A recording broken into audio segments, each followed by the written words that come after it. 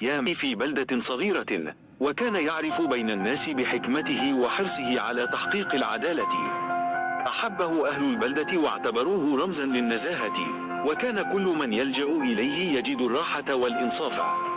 بل إن البعض كان يقول: القاضي لا يخطئ، فهو لا يحكم إلا بالحق ويأخذ بيد المظلوم إلى العدل، مما جعل القاضي يحظى بمكانة عظيمة في قلوب الجميع. لكن كان هناك رجل حسود جار للقاضي لم يكن مرتاحا لهذا الحب والتقدير الذي يحظى به.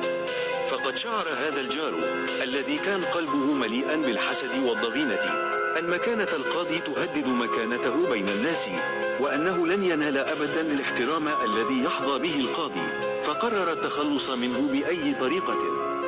ظل الجار يفكر ليلا ونهارا، وتراودت في ذهنه أفكار شريرة كثيرة، وأخذ يتخيل الخطط الماكرة التي يمكنه تنفيذها للتخلص من القاضي. كان الجار يكره القاضي لدرجة أنه كان يرى في مكانته تهديدا لمكانته الشخصية، وكأنما العدل الذي يقيمه القاضي يحجب عنه الضوء.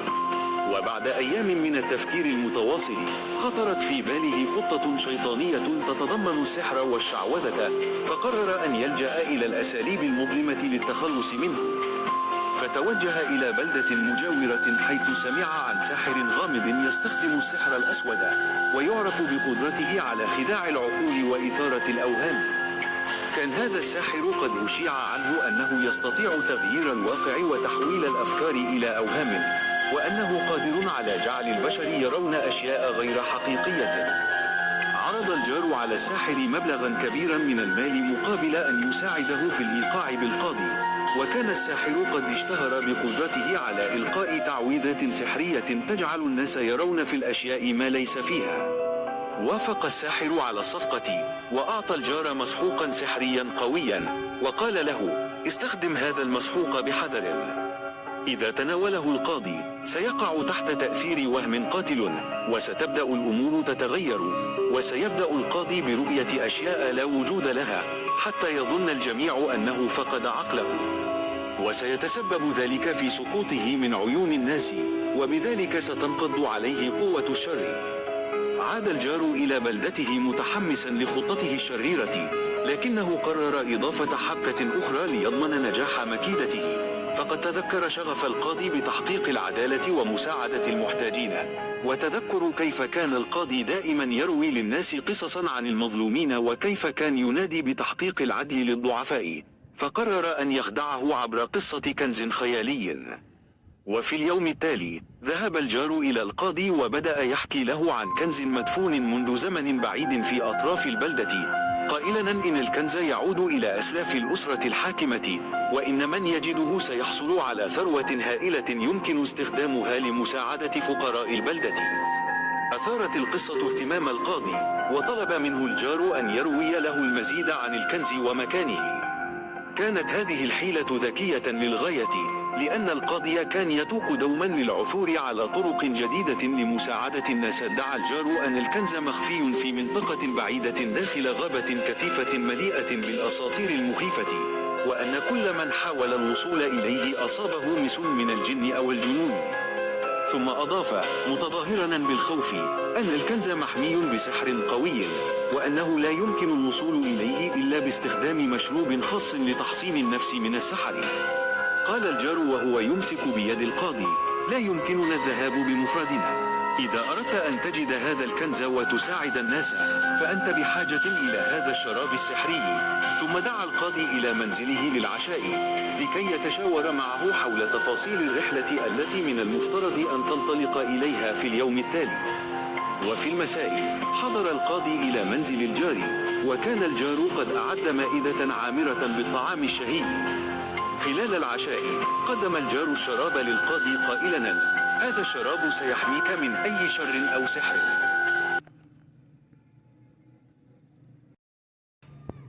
قد تواجهه في رحلتك للعثور على الكنز. إنه الوصفة الوحيدة التي تمكنك من الوصول بأمان. رفع القاضي الكوب ليشرب، ولكن ماء لامس الكوب شفتيه حتى شعر بشيء غريب. كان لديه إحساس داخلي بأن هناك شيئا غير طبيعي في هذا المشروب، وكأن هناك قوة خفية تحذره من الخطر. سمع صوتا داخليا يقول: توقف، هذا الشراب مليء بالخداع. بدأ القاضي يشعر بأن الجار يختبئ وراء شيء ما، فقرر أن يتأنى في شربه. وضع القاضي الكوب بهدوء على الطاولة، ونظر إلى الجار بنظرة مليئة بالشك والريبة. فهم الجار أن خطته على وشك أن تنكشف، فحاول التهرب وابتكر تبريرات واهية، ولكنه شعر بتوتر شديد حين لاحظ أن القاضي يحدق فيه بعينين مليئتين بالشكوك. فسأله القاضي: أيها الجار، قل لي الحقيقة، هل هذه هي الطريقة التي تحاول أن تخدعني بها؟ وواصل القاضي بنظرة ثابتة: واعلم أن الله يرى ويعلم كل شيء، ليس هناك سر يمكن أن يظل مخفيا للأبد. شعر الجار بالخوف الشديد من نظرات القاضي الثاقبة، وفي لحظة ضعف اعترف بكل ما في قلبه. بدأ في سرد ما خطط له، وكيف استخدم السحر والخداع لإيقاع القاضي في فخ الحسد والانتقام، مدفوعا بالحقد الذي كان يملأه تجاهه. اعترف بأن الحسد جعل قلبه مظلما، وأنه شعر بأن مكانة القاضي تهدد مكانته بين الناس، وكان يريد أن يستعيد سلطته بأي ثمن. لكن القصة لم تنتهي هنا، فقد قرر القاضي أن يعطي الجار فرصة للتوبة، لكنه لم يتركه دون عقاب. فأمر القاضي بحضور الجار إلى المحكمة أمام الجميع، وقرر أن يروي للجميع كيف أن الحسد يمكن أن يدمر الأرواح، وكيف أن السحر والشعوذة لا يمكن أن تنجح ضد الحق. هناك شرح القاضي تفاصيل الحيلة التي كان يخطط لها الجار، وكيف أن الله سبحانه وتعالى قد أنقذه من الوقوع في الفخ. حكم القاضي على الجار بأن يعمل لأهل البلدة بدون أجر لفترة من الزمن كعقاب وتأديب، مع وعد الجار بأنه لن يعود إلى الشر مرة أخرى. تعلم الناس درسا عميقا من هذه الحادثة، إذ أدركوا أن الحسد والانتقام لا يؤديان إلا إلى الخراب، وأن الحق لا يختفي مهما كانت حيل الشرير عظيمة.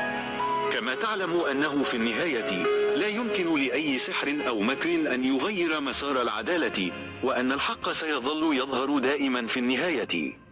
وعاد القاضي إلى حياته بين الناس بسلام، ليكون عبرة للجميع في العدل والنزاهة، وليؤكد أن الحق دائما يظهر في النهاية مهما طال الزمن.